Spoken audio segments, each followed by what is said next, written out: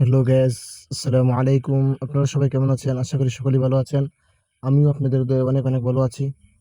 অনেকদিন পর বাড়িতে এলাম এবং বৃষ্টিও পেয়ে গেলাম। তাই বৃষ্টিতে ভিজার জন্য নেমে গেলাম। একা, একা ভিজতে ভালো লাগছিল না, তাই বাইস্তি জামাইকে সাথে নিয়ে নিলাম।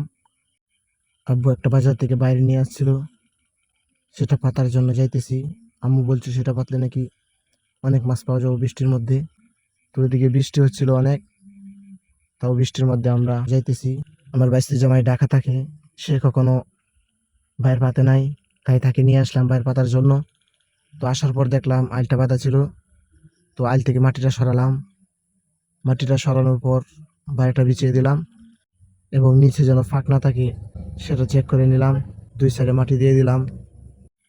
ব্যস্ত জামাইকে সাথে নিয়ে আসছি, তাকে যদি না দিই তাহলে কিরম দেখা যায়, তো তার জন্য তাকেও দিয়ে দিলাম। সেও সুন্দর করে বাইরটা পাততেছিল, আশেপাশে মাটি দিল, সাইডে দিয়ে মাটি দিল, উপরে আবার গাছ দিয়ে বাড়িটাকে ঘুরে দিল। তো ভিডিওটা এ পর্যন্তই। সকলে ভালো থাকবেন, সুস্থ থাকবেন। আসসালামু আলাইকুম রহমতুল্লাহ বরকাত।